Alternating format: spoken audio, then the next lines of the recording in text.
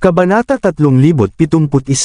Naramdaman ng mga tagapagsanay sa Celestial Realm ang awa habang pinapanood nila si Severin na hingal at tila walang magawa, patuloy pang dumudugo mula sa mga sugat na dulot ng clone ni Jidor.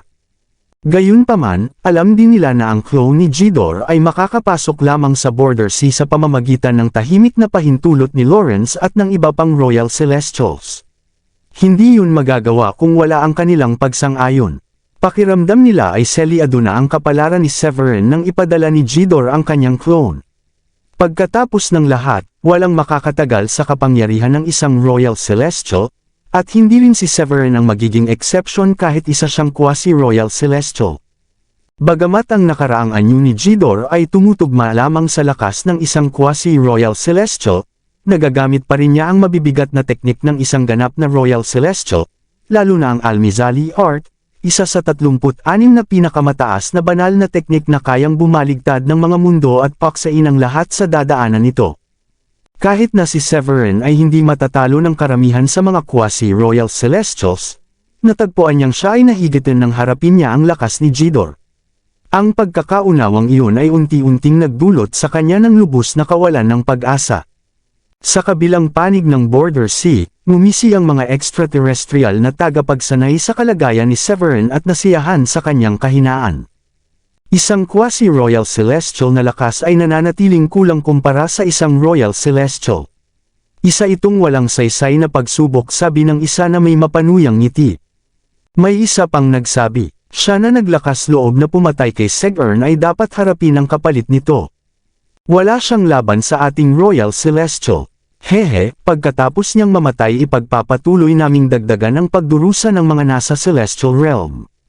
Samantala, sa larangan ng labanan, nanatiling matatag si Severin at ginamit ang Loren Divine Blade sa isang desperado na pagtatangka na hadlangan ng walang tigil na pag-atake ni Jidor. Hindi niya alam na itinuturing na siya ng lahat na parang patay na, tumingin siya kay Jidor na may seryoso, ngunit bahagyang naiinip na anyo.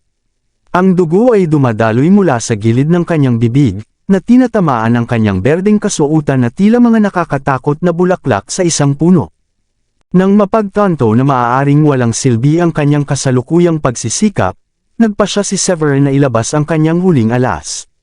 Ang walang hanggan na kapangyarihan ng langit at lupa ay damaloy papasok sa Loren Divine Blade, at ang batas ng dakilang landas ay sumabog sa banal na liwanag sa ilalim ng kanyang mga paa. Ang kapangyarihan ng oras at espasyo ay sumabog mula sa mga limitasyon sa katawan ni Severin, na dumadaloy ng walang hanggan na parang rumaragas ang ilog. Pagkatapos, iwinasiwas ni Severin ang Loren Divine Blade ng buong lakas. Sa isang iglap, isang maningning na sinag ng espada ang tumagos sa mismong realidad, hinati ang magulong kaguluhan at tinamaan ang sinaunang anyo ni Jidor ng may di matitinag na lakas. Lahat ng mata ay tumingin sa kalangitan sa buong Border Sea at sa buong Realmgate City. Nasaksihan nila ang isang tanawing kapwa kahanga-hanga at nakakatakot habang tila napunit ang kalangitan at nagbukas ng napakalaking bitik sa mismong hibla ng oras at espasyo. Ngumiti ng may kumpiyansa si Jidor nang makita ang tanawing iyon. Habang papalapit ang sinag ng espada, naghanda siyang durugan ito ng may paghamak na kadalian. Naglakas loob kang ipakita ang iyong mahihinang kakayahan sa harap namin, sabi niya, ngunit agad na nanigas ang kanyang mukha sa takot. Ang espasyong nakapaligid sa kanya ay tila sumikip, na pinipiga ang espasyo at oras. Ito ay naging kasing tigas ng bakal, at ang dating malayang daloy ng realidad ay tumigas na parabang kahit ang hindi mababagong batas ng dakilang landas ay nawalan ng bisa laban sa hindi mapipigilang puwersa nito. Pagkatapos, isa pang agos ng oras ang damaloy sa buong katauhan ni Jidor, at pinuputol ang kanyang koneksyon sa labas na mundo. Nakulong sa bitag na iyon, nagpumilit si Jidor na kumawala sa di nakikitang gapos, ngunit ang bawat pagtatangka niya na lumaban ay pinigilan ng walang tigil na dagandong ng mga landas. Si Severin, bilang nag-iisang Panginoon ng nasabing saklaw, ay hindi magbibigay sa kanya ng kahit anong awa. Naranasan na ni Severin ang matinding desperasyon noon, at kinailangan niya ng napakalaking pagsisikap upang maipit si Jidor sa loob ng sarili niyang saklaw ng oras at espasyo. Wala siyang balak na hayaang makatakas si Jidor. Sinupil ni Severin ang oras at espasyo gamit ang kanyang makapangyarihang kamalayang espiritual. Biglang naglaho ang Lauren Divine Blade mula sa kanyang pagkakahawak, na parabang tinangay ng isang di nakikitang puwersa. Mamamatay ka, sigaw ng crow ni Jidor habang sumiklab ang galit nito nang maramdaman ang nalalapit na panganib sa kanyang pag-iral. Para isipin na itinago mo ang alas mo hanggang ngayon. Napakatuso para sa isang napakabata. Sa paningin ni Jidor, si Severin ay isang hamak na nilalang lamang na nakikialam sa mga puwersang lampas sa kanyang pag-unawa. Gayunpaman, ang pagkakakulong sa saklaw ng oras at espasyo ni Severin ay nagdulot kay Jidor ng tunay na pakiramdam ng panganib sa unang pagkakataon sa labanan. Pagkatapos, tinapik ng crow ni Jidor ang kanyang noo at pinakawalan ang napakalakas na aura ng isang quasi-royal celestial. Nang inig ang espasyong nakapaligid habang sinubukan niyang wasakin ang kulungang pumipigil sa kanya. Ngunit isang malamig na pakiramdam ang bumalot sa kanyang puso habang ang lamig ay damaloy mula sa talampakan hanggang sa tuktok ng kanyang ulo. May mali na pagtanto niya. Sa isang iglap, muling nagpakita ang Lauren Divine Blade nang wala pang 10 talampakan mula sa kanya. Dahil sa biglaang lapit nito at sa mga limitasyon ng saklaw ng oras at espasyo, hindi man lamang nakapag-react ang nakaraang anyo ni Jidor. Umatake, utos ni Severin habang ipinadala ang Lauren Divine Blade upang hiwain ang mga batas kasabay ng aura ng pagkawasak. Ang ulo ng nakaraang anyo ni Jidor ay naputol ng halos walang kahirap-hirap. Naghintay si Severin hanggang sa tuluyang mawala ang hininga ni Jidor bago niya dali-daling kinuha ang Lauren Divine Blade at napabuntong hininga sa pagod. Halos hindi ko kinaya bulong niya habang alam niyang muntik na siyang mamatay sa araw na iyon.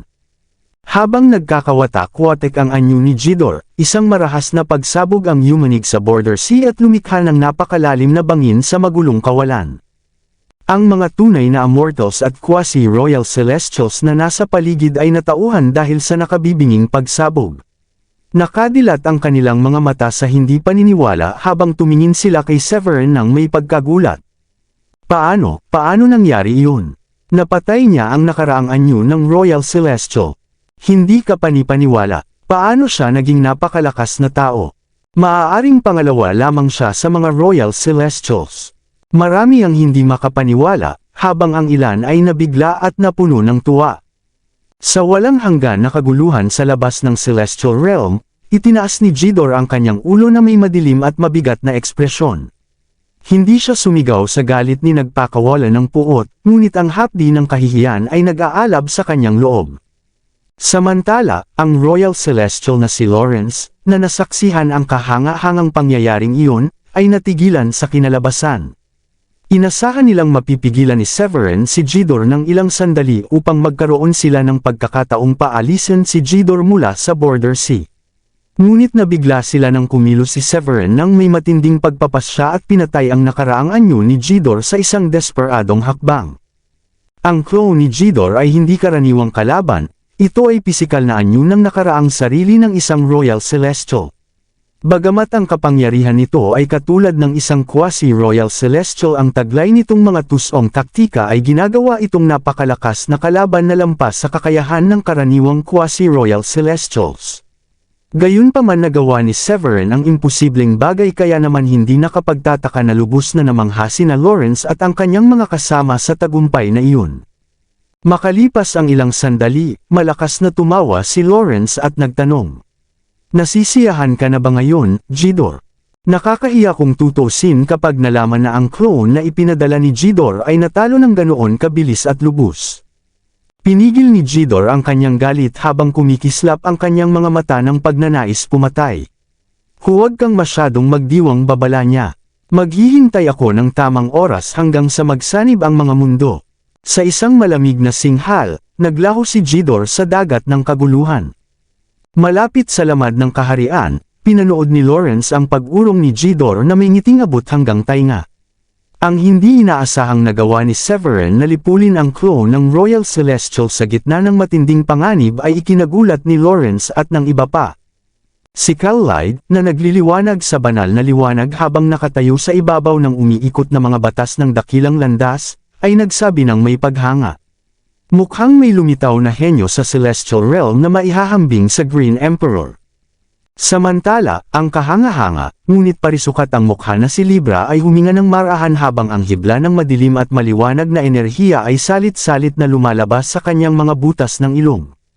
Kamangha-mangha bulong niya habang hinihimas ang kanyang balbas. Hindi pa ako nakakakita ng katulad niya na kayang baligtarin ang sitwasyon at lipulin ang clone ng Royal Celestial kahit isa lamang siyang quasi-Royal Celestial. Ang tagumpay ni Severin ay naging isang makasaysayang unang tala sa kasaysayan ng Celestial Realm, kaya naisip ni Libra na maaaring wala nang makakahigit pa sa record na iyon.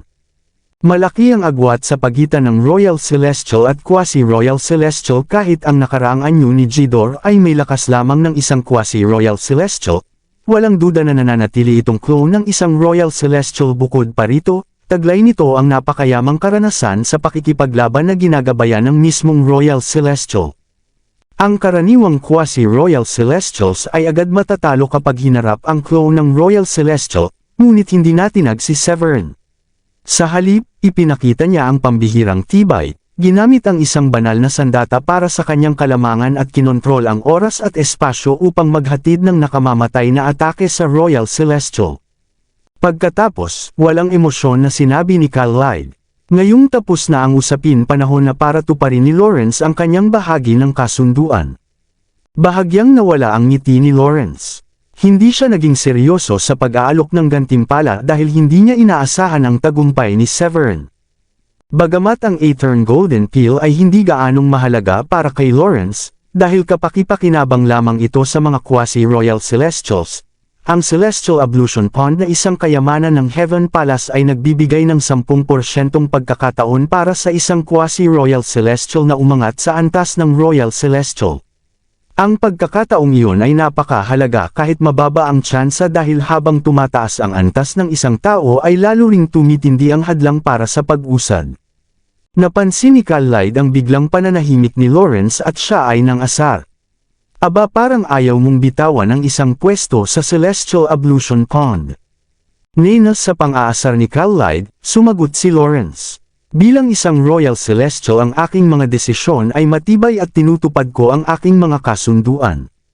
Pagkatapos noon, naglaho si Lawrence at muling nagpakita sa ibabaw ng Border Sea.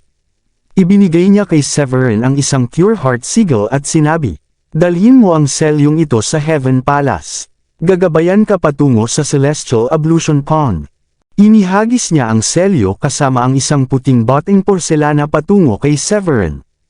Matapos gawin iyon, pinunit ni Lawrence ang kawalan at naglaho sa Border Sea sa isang iglap. Hindi gaanong natuwa si Severin kahit nakuha niya ang Pure Heart Sigil at ang Aetern Golden Pill dahil malinaw sa kanya ang hindi kasiyahan ni Lawrence.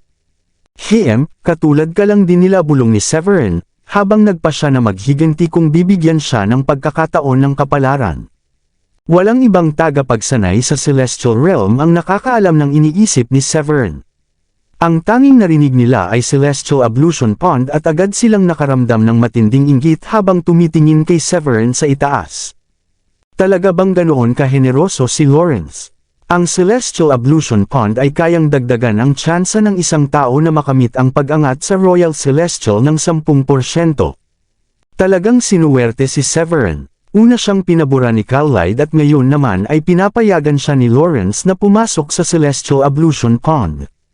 Kahit sina Dorfan at Amin ay hindi pa nakakatapak sa Celestial Ablution Pond, kahit sila ang mga tagapagmana ng Heaven Palace.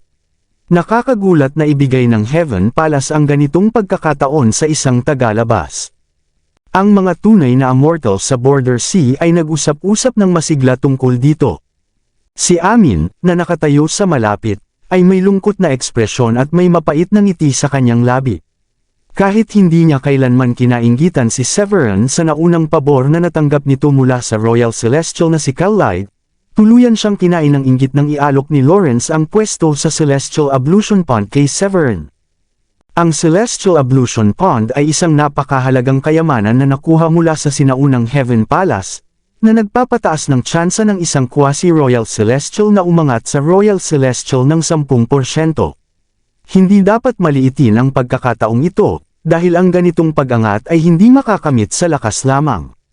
Mas mahalaga ang pagkakataon kaysa sa anupaman, at kakailanganin ng pambihirang swerte at matinding pagtitiyaga upang makamit ito. Hindi mabilang na mga quasi-royal celestials sa celestial realm ang dati nang nagtangkang lumampas sa kanilang antas, ngunit hindi naging maganda ang kinalabasan ng kanilang mga pagsisikap. Sila ay napatay, at ang dugo ay umagos sa celestial realm. Gayunpaman, ang pagkakataong iyon ay nasa harap mismo ni Severin ngayon, kaya lalo pang tumindi ang inggit ni Amin. Nagrereklamo siya sa kanyang sarili kung bakit pinayagan ng kanyang guro ang isang tagalabas na makapasok sa Celestial Ablution Pond habang siya ay hindi. May malamig na ekspresyon, agad na umalis si Amin mula sa border sea.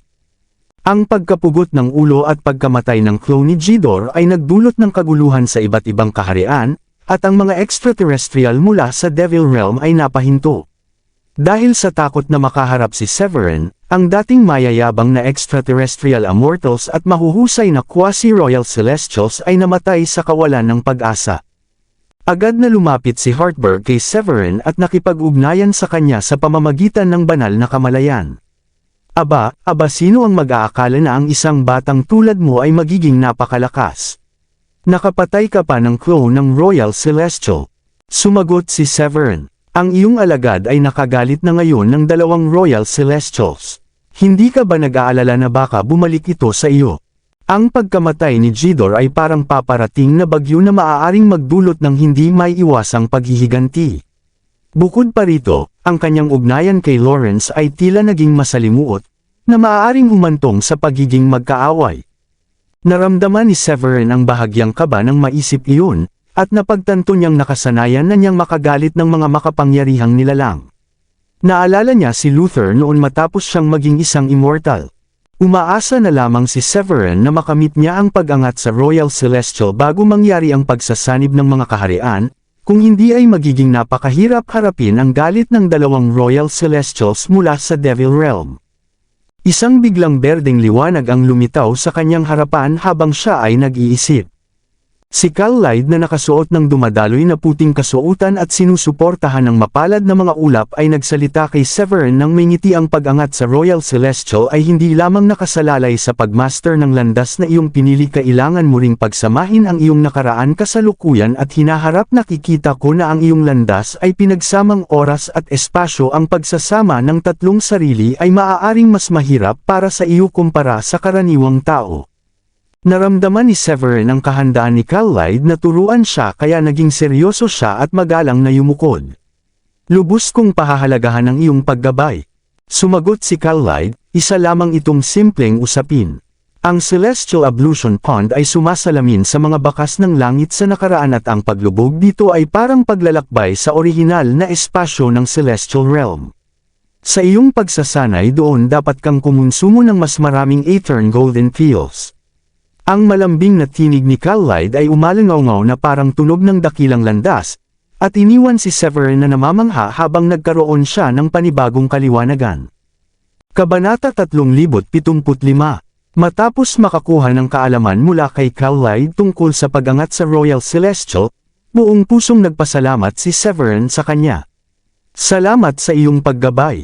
Ngumiti si Kal-Lide at ang kanyang magagandang mata ay kumirba na parang buwan. Isa lamang itong munting tulak. Lubos akong naniniwala na magiging isang Royal Celestial ka aniya bago tuluyang maglaho. Sa huli, tiningnan ni Severin ang Pure Heart Sigil sa kanyang kamay at ang bote ng Aetern Golden Pills. Huminga siya ng malalim at sinabi, panahon na upang magtamo ng kaliwanagan at maging isang Royal Celestial. Sa sandaling iyon, gumawa si Severin ng matibay na desisyon na umangat bilang Royal Celestial. Sa isang iglap ng pag-iisip, binalot ng batas ng espasyo ang kanyang katawan at naglaho siya sa border sea. Lumabas siya mula sa dagat at mabilis na bumalik sa lugar kung saan nakahimpil ang Longevity Alliance. Matapos niyang ibigay ang balita sa kanyang mga asawa, tumayo siya at agad na nagtungo sa Heaven Palace sa Nine Heavens. Ito ay matatagpuan sa libu-libong milya sa itaas, kaya kinailangan niyang lampasan ang malalakas na agos ng hangin. Ang bawat antas ng langit ay parang isang maliit na cosmos na parang isang munting mundo. Matapos niyang tahakin ang mga bituin sa kalawakan, sa wakas ay nasilayan ni Severin ang isang napakalaking palasyo na nagliliwanag sa iba't ibang kulay. Napapalibutan ito ng masiglang enerhiya at mga estrukturang umaabot ng milya-milya. Kung ganito nakaganda ang kasalukuyang Heaven Palace, naiisip ko kung gaano pa kagarbo ang sinauna nitong pagninilay, ani Severin. Sa kasalukuyan, ang Heaven Palace ay isa na lamang labi ng sinaunang anyo nito. Ayon sa alamat, ang sinaunang Imperial Palace ang namamayani noon at kumokontrol sa napakaraming yaman sa Celestial Realm. Dito naninirahan ang mga Diyos na namamahala sa mga bituin araw-buwan at sa 129,600 na tunay na immortals.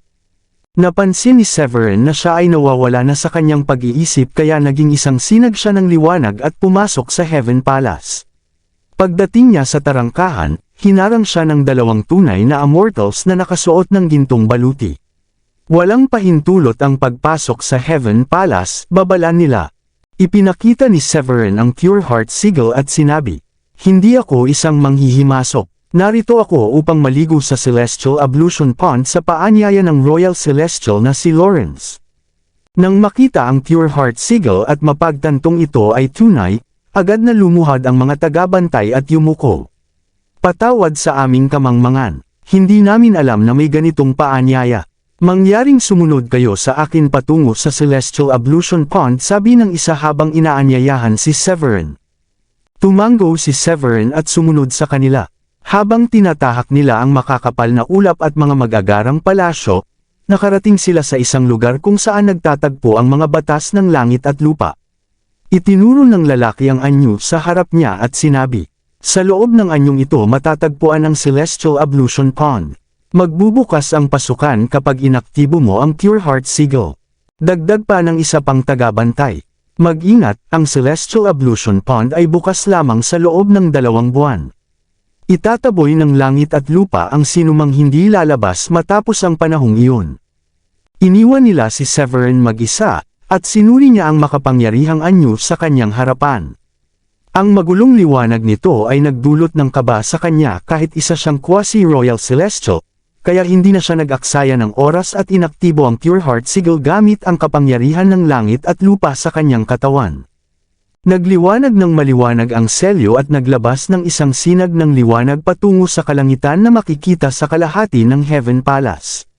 Pagkatapos, lumutang ito mula sa kanyang kamay at naglabas ng mahiwagang liwanag patungo sa anyo. Sa isang iglap, isang di nakikitang puwersa ang humawak kay Severin at nilamon siya papasok sa pinakaloob ng anyo bago pa siya makareact. Pagdilat ni Severin ng kanyang mga mata, tumambad sa kanya ang isang kumikislap na turkesa na lawa. Ang Celestial Ablution Pond ay naglalaman ng 3,000 landas, at ang mga batas na nagliliwanag ay umiikot sa paligid.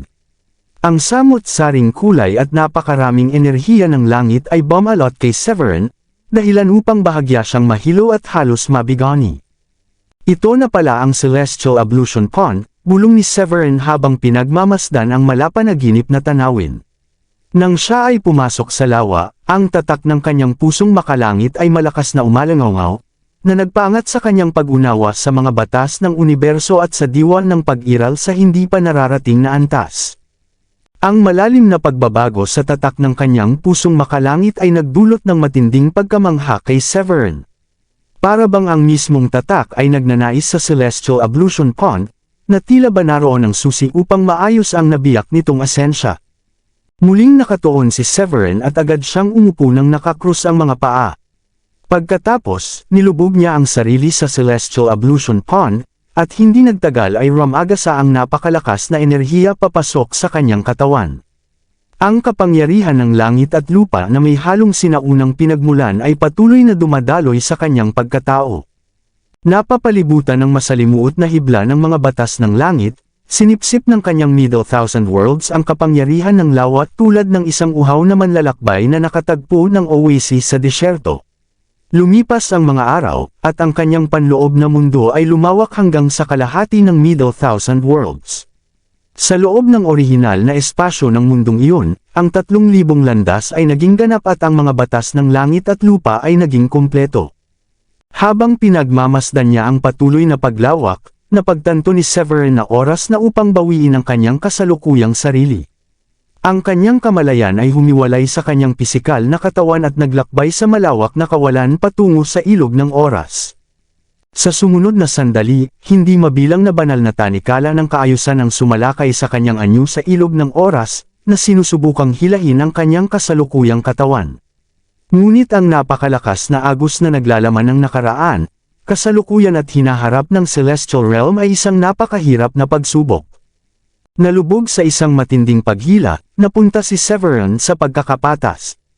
Hindi ako susuko, pahayag niya habang nilunok ang 2 Aethern Golden Pills upang palakasin ang kanyang lakas.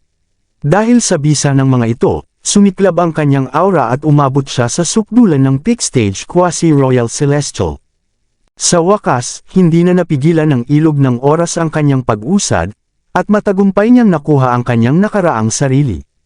Ito ay naging isang maliit na bola ng liwanag na pumasok sa kanyang noo.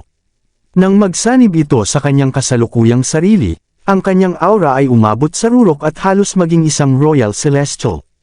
Sa ilalim ng kanyang mga paa, ang banal na tulay ay naging 3,000 landas, habang ang mundong nakapaligid ay tila sumuko sa kanya at ang oras at espasyo ay nawala ng halaga sa kanyang presensya. Matapos ang ilang araw na pahinga, sinimulan ni Severin ang susunod niyang layunin, ang pag-angkin sa kanyang hinaharap na sarili. Sa pamamagitan lamang ng ganap na pag-angkin sa landas, pagkontrol dito, at paghahari sa langit at lupa siya ay tuluyang aangat bilang Royal Celestial. Natapos na niya ang pag-angkin sa landas ng oras at espasyo, na naging isang magulong tanikala ng banal na kaayusan na umiikot sa kanyang paligid. Ang kanyang aura ay lalo pang lumakas, pinawi ang kawalan at ginawang tila walang saysay ang oras. Upang matiyak ang matagumpay na pag-angat, nilunok ni Severin ang 2 Saturna Peaches. Ang malakas na bisa ng mga prutas ay gumabay sa kanyang kaluluwa sa ulap, na nagbigay sa kanya ng sulyap sa hinaharap. Ang una niyang nakita ay ang paparating na labanan ng mga kapangyarihang makalangit sa pagsasanib ng mga kaharian. Sumiklab ang digmaan sa pagitan ng mga Royal Celestials mula sa Devil Realm at Celestial Realm. Sa panahong iyon, siya ay magiging target ng mga Luths. Nagpalit-palit ang mga larawan ng kapalaran sa isipan ni Severin, at sa wakas ay sinabi niya, "Iyon ang aking tunay na sarili. Kung ganoon bumalik ka hinaharap kong sarili." Ang malakas na sigaw ni Severin ay tumagos sa hamog ng oras, dahilan upang manginig ang mga batas ng dakilang landas. Ang kanyang pangunahing espiritu ay sinalubong ng pagsalakay ng mga banal na tanikala ng batas na Ram-Agasa patungo sa ilog ng oras na may napakalakas na puwersa. Hinati ng mga ito ang hamog na bumabalot sa ilog at hinila palabas ang isang malabong anyo na naglalabas ng mar-ingle na aura at nababalutan ng lilang hamog. Isang banal na tulay ng mga landas ang lumitaw sa ilalim ng mga paa nito, at ang presensya pa lamang nito ay nagdudulot ng pakiramdam na ito ay isang pinakamataas na nilalang. Kahit ang mismong mga landas ay nahihirapang tiisin ang anino nito.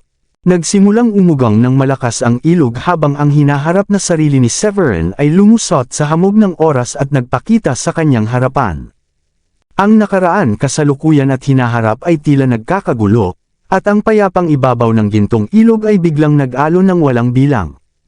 Lahat sa Celestial Realm ay nakaramdam ng pagbabago sa agos ng ilog ng oras. Sa kailaliman ng Heaven Palace, si Lawrence ay abala sa pag-unawa sa mga hiwaga ng cosmos sa loob ng isang engranding silid na puno ng makalangit na karangyan. Ngunit biglang bumukas ang kanyang mga mata nang maramdaman niya ang pagbabago mula sa ilog ng oras. Tumingin siya sa kalangitan na tila kayang tumagos sa 9 heavens. Ang bahagyang pagbabago sa ilog ng oras ay malinaw niyang naramdaman. Nagsimula na siyang magkaroon ng kaliwanagan sa mga landas, gulat niyang sabi habang nanlaki ang kanyang mga mata. Paano niya nagawa ang ganitong pag-unlad gayong 2 taon pa lamang mula nang maabot niya ang antas ng Quasi-Royal Celestial? Ang kaliwanagan at pag-unawa sa mga landas ay hindi madali kahit para sa isang Royal Celestial. Hindi ito makakamit ng walang pambihirang swerte at matinding dedikasyon. Kahit ang pagkakataon lamang para sa kaliwanagan ay napakahirap makuha, lalo na ang lubos na pag-unawa rito. Gayunpaman, naging Quasi-Royal Celestial si Severin sa loob lamang ng 2 taon, isang bagay na itinuturing na hindi pa kailanman nangyari at halos hindi kapanipaniwala. Sa karaniwang kalagayan, ang pagtipon ng tatlong anyo ang kinakailangan upang maipakita ang tunay na sarili bilang isang quasi-royal celestial. Ngunit ang prosesong iyon ay nangangailangan ng napakahabang panahon, na aabot ng hindi bababa sa 1,000 taon. Pagkatapos nito, ang pag-angat sa Royal Celestial ay nakadepende sa tamang pagkakataon na maaaring tumagal pa ng 1,000 taon o higit pa. Iilan lamang ang pinalad, at marami ang naglaan ng buong buhay ngunit hindi naabot ang ganoong antas. Sina Robon at Owen ay dalawang halimbawa, at kapwa sila pinatay ni Severin. Si Robon ay isang Celestial Lord mula sa sinaunang imperial na hukuman, ngunit nanatili siyang nasa antas ng tunay na immortal bagaman ayon sa pamantayan ng nakaraan. Ang kanyang lakas sa labanan ay katumbas ng isang quasi-royal celestial, ngunit hindi yun sapat upang matawag siyang royal celestial. Si Owen ay ganoon din, sapagkat nanatili siyang quasi-royal celestial sa loob ng maraming panahon nang hindi kailanman umangat. Ipinapakita ng kanilang halimbawa na ang pagiging royal celestial ay kadalasang nakasalalay sa swerte. Habang si Lawrence ay puno ng hindi paniniwala, sa malayong bahagi ng Ingeni Paradise, ang mga mata ni Carlyle ay kumislap sa tuwa habang siya ay nakahiga sa mga ulap. Napakabilis mong magkaroon ng kaliwanagan, talagang ang ikaw ang tagapagmana ni Arman ang dating Celestial Sovereign, sabi ni Carlyle nang may himig. Ang kanyang mapuputing paa ay nakabitin sa hangin at ang mga kampanilya sa kanyang bukong-bukong ay tumunog. Nang siya ay tumayo, bawat hakbang niya sa kawalan ay nagdulot ng pag-usbong ng mga lotus. Ang kanyang marangal ngunit kaakit-akit na anyo ay nagpapakita ng walang kapantay na aura ng kapangyarihan. Ang kanyang tingin ay puno ng pag-asa habang tumingin siya patungo sa Heaven Palace. Isang bagong Royal Celestial ang isisilang. Nakatakda na ang entablado para sa isang dakilang pangyayari, sabi niya na may ngiti. Nais ni Lawrence na tipunin ang lahat mula sa Celestial Realm upang palakasin ang sinaunang kalangitan laban sa mga panlabas na banta, habang siya naman ay naghahanap ng pagkakataon na maging isang quasi-celestial regent. Gayunpaman, ang kaliwanagan ni Severin ay maaaring sumira sa kanyang maingat na plano. Sa kabuuan ng Celestial Realm ay matatagpuan ang Tri-Celestial Islands na hindi sakop ng alinman sa mga rehiyon. Ang mga pulong ito na bumubuo ng isang maliit na kapuluan ay mga labi ng sinaunang kalangitan. Ang mga ito ay ang Ilju Island, Squardish Island at Benleg Island. Sa kasalukuyan ang unang dalawa ay tirahan ng mga malalayang tagapagsanay na hindi kabilang sa alinman sa 5 rehiyon. Ang nominal na pinuno ng Tri-Celestial Islands ay si Bolka at ang Benleg sect na kanyang itinatag.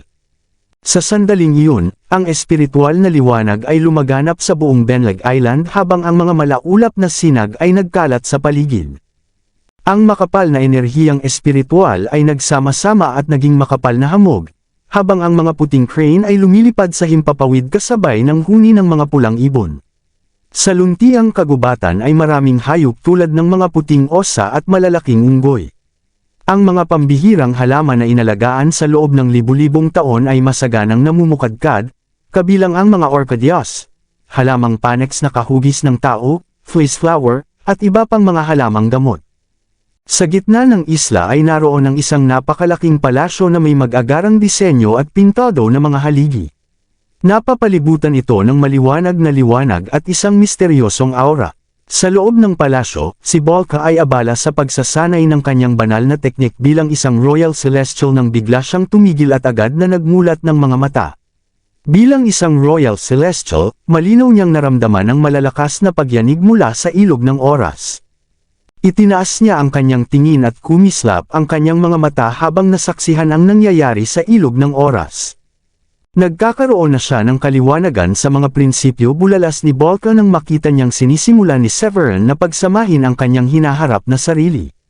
Isa siyang pambihirang henyo. Hindi pa matagal nang tinalo niya ang clone ni Jidor ng napakadali at ngayon tila magiging Royal Celestial na siya.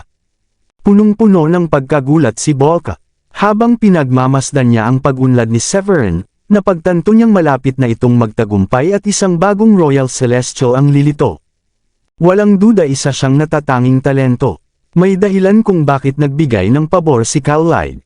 Marahil matagal na niyang nakita ang kahihinatnan na ito, bulong ni Bolka habang bahagyang nakaramdam ng pagsisisi. Kung nalaman ko lamang na tiyak ang kanyang pag-angat, sana ay nakipag-ugnayan ako sa kanya para sa sarili kong kapakinabangan. Ang pag-angat ni Severin bilang Royal Celestial ay halos 70% ng kumpleto at malapit na siya sa ganap na kaliwanagan. Huli na para magpakita pa ng kabutihang loob si Volca sa ganitong punto. Habang lalong lumalakas ang pagyanig sa ilog ng oras, ang epekto nito ay kumalat sa buong Celestial Realm at lahat ng quasi-royal celestial saan man sila naruroon ay nakaramdam ng matinding presyon mula sa agos nito.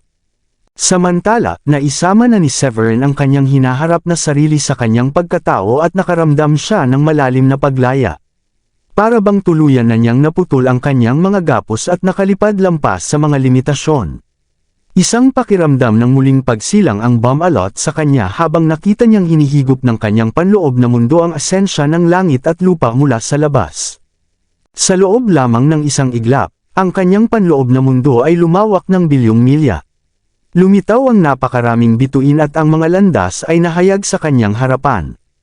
Higit sa lahat, ang landas ng oras at espasyo ay nagsimulang umikot sa kanyang paligid habang ang mga tanikala na gumagapos sa kanyang panloob na mundo ay tuluyang naputol. Nang makita iyon, agad niyang itinaas ang kanyang kamay at bumuo ng ilang handsail. Ngayon ay makakamit ko na ang kaliwanagan. Alam niyang ang ganap na pagmaster sa kanyang landas ng oras at espasyo kasama ang pagsasama ng kanyang tatlong sarili ay magbibigay daan upang siya ay maging isang Royal Celestial. Habang siya ay sumigaw, pinakawalan niya ang tatak ng kanyang pusong makalangit at agad na sumabog ang liwanag mula sa kanyang noo. Ang kanyang ikatlong sarili ay tuluyang naisama sa kanya, habang ang dakilang landas ng oras at espasyo ay kinilala siya bilang tunay na Panginoon at naging isang banal na tulay na yumanig sa kawalan.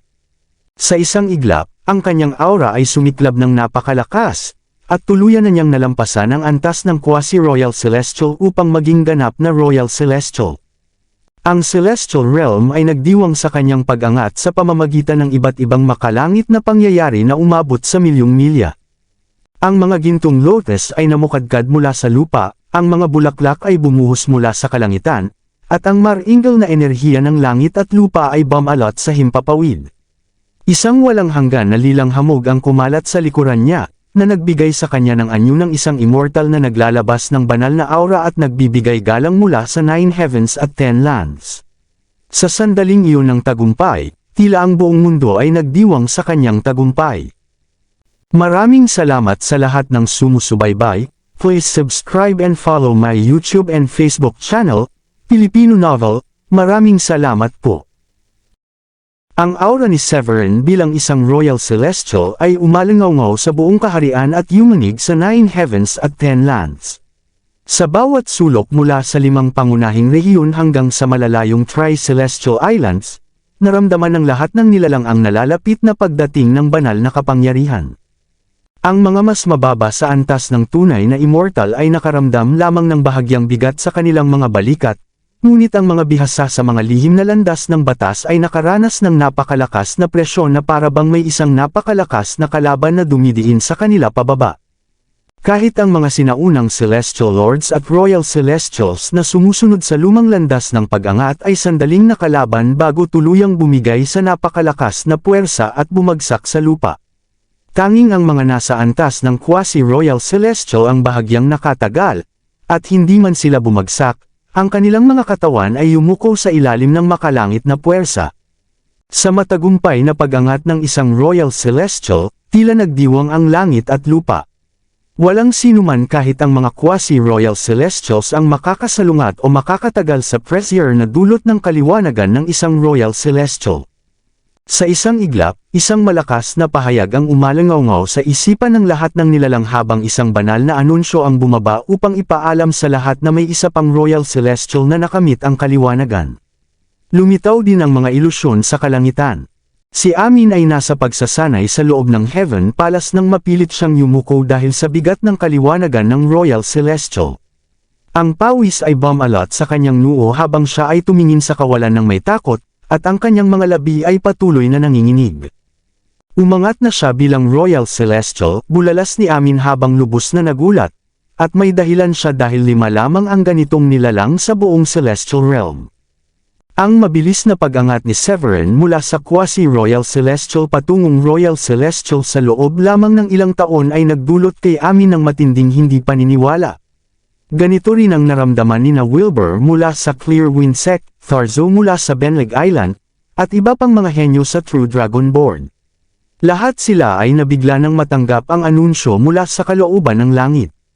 Samantala, sa malawak na kalangitan sa itaas ng kawalan, tiningnan ni Severin ang kanyang nabagong sarili ng may matinding kasiyahan matapos ang kanyang pag-angat bilang Royal Celestial. Ang konkretong asensya ng oras at espasyo ay bumalot sa kanya, na nagbigay sa kanya ng kakaibang pakiramdam ng kapangyarihan. Sa isang simpleng pag-iisip, kaya niyang isara ang malalawak na espasyo at hayaang damaloy ang oras ayon sa kanyang kagustuhan. Naabot na niya ang ganap na pagkontrol sa oras at espasyo, na nagbigay sa kanya ng katayuan bilang isang tunay na Panginoon ng kanyang landas. Kung ihahambing sa kanyang panahon bilang quasi-Royal Celestial, naramdaman ngayon ni Severin na kaya niyang gumuho ang mga bundok sa isang iglap o maglakbay sa mahabang ilog ng oras upang tumawid sa mga panahon. Kung muli niyang makaharap si Jidor, kaya na niya itong talunin sa isang simpleng pag-iisip ng hindi na kailangang gamitin ang kanyang alas. Ganito pala ang pakiramdam ng maging isang Royal Celestial, bulong ni Severin habang kumikislap ang kanyang mga mata sa saya. Ang kanyang pag-angat ay nagdulot ng napakalaking pagbabago sa kanyang panloob na mundo, at ang unang nagbago ay ang kanyang dalawang espiritual na ugat. Ang Cisterna Peach ay lumago ng husto, at ang bunga nito ay naging kasing laki ng isang timba. Dahil sa impluensya ng mga batas ng oras at espasyo, ito ay nahinog sa loob ng 30,000 taon sa kontroladong daloy ng oras. Samantala, ang Four Elements Divine Tree na isa ring bahagi ng kanyang espiritual na ugat ay lumago rin ng mabilis, lalo na ang sangay ng Berdeng Dragon at ang sangay ng Puting Tigre. Kabanata 3080, ang Thunderlaw at Heptagold na enerhiya sa paligid ng dalawang punong iyon ay lalong lumalakas sa bawat sandali. Habang naghahanda si Severin na tuklasin ang bagong kapangyarihan ng kanyang panloob na mundo, isang napakalakas na presensya ang biglang lumitaw sa tabi niya. Tumangala siya at nakita si Lawrence na lumalabas mula sa isang bitek sa kawalan. Hahaha, sino ang mag-aakala na magiging kapantay na kita 2 buwan lamang matapos ang huli nating pagkikita, sabi ni Lawrence habang tumatawa ng malakas na para bang matagal na silang magkaibigan. Wala namang paghanga si Severin kay Lawrence dahil sa mga problemang naidulot nito sa kanya laban kay Jidor. Sa pagbati ni Lawrence, tumanggo lamang siya at sumagot. Naging maswerte lang ako sa pag-angat na ito.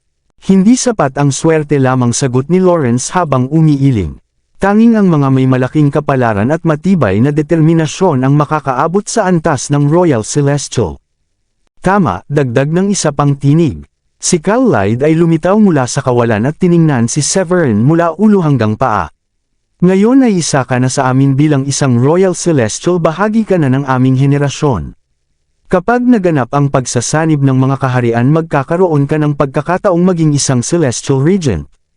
Ibinaba ni Severin ang kanyang ulo nang may kabab ang loob at sinabi, "Sobra ang iyong papuri. Kakapasok ko pa lamang sa antas ng Royal Celestial at marami pa akong kailangang matutunan.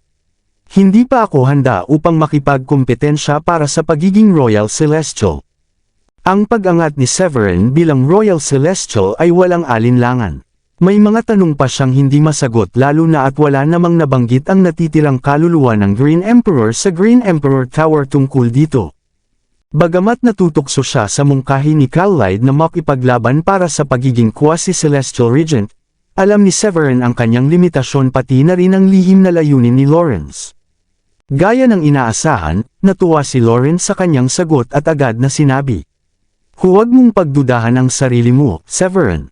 Sino ba ang tunay na nakakaunawa sa kapalaran?" Di nagtagal, dumating sina Creatia Bolca at Libra at nagbigay ng kanilang pagbati. Inanyayahan siya ni Bolca na pumunta sa Benleg Island, ngunit magalang na tumanggi si Severin dahil nais niyang bumalik sa Blue Realm upang patatagin ang kanyang bagong antas. Matapos magpaalam sa kanila, bumalik ang pangunahing espiritu ni Severin sa kanyang katawan at biglang nagmulat ang kanyang pisikal na anyo sa loob ng Celestial Ablution Pond. Ang mga batas ng oras at espasyo ay umikot sa kanyang paligid at sa susunod na sandali ay naglaho siya sa hangin. Sa loob lamang ng ilang segundo, nakarating siya ng milyong milya ang layo sa Longevity Alliance. Nandoon na si Diane at ang iba pa na naghihintay sa kanya. Nang maramdaman ang kanyang pagdating, lumabas sila mula sa kanilang pagsasanay at ang kanilang mga mukha ay puno ng saya. Ngunit dahil sa napakalakas na presensya ni Severin, lumapit sila ng may halong kaba at pananibik. Naging Royal Celestial ka na ba, Severin? Ikaw ba ang pinagmulan ng Brazier kanina? Dahil ba iyon sa iyong pag-unawa sa mga landas at prinsipyo? Tanong nila na may halong pagdududa at pag-asa. Ngumiti si Severin at tumango. Oo, isa na akong ganap na Royal Celestial. Kahit alam na nila mula sa kalooban ng langit ang pag-angat ni Severin, ang kanyang kumpirmasyon ay nagdulot pa rin ng panibagong saya sa kanila. Lubos silang natuwa para kay Severin dahil naabot niya ang sukdulan ng kapangyarihan. Ang isang Royal Celestial ay isang napakataas na nilalang sa gitna ng mga makapangyarihan. 5 lamang ang ganitong nilalang sa buong Celestial Realm at si Severin ang ika-6. Tiningnan ni Severin ang kanilang mga mukha at ngumiti ng may pag-aliw bago siya bumalik sa silid ng pagsasanay upang lalo pang patatagin ang kanyang bagong antas. Kahit sa sandaling iyon ng tagumpay, pinaalalahanan niya ang lahat sa mga hamon na darating. Dahil papalapit na ang pagsasanib ng mga kaharian, napakahalaga na lalo pa silang magsanay ng mabuti.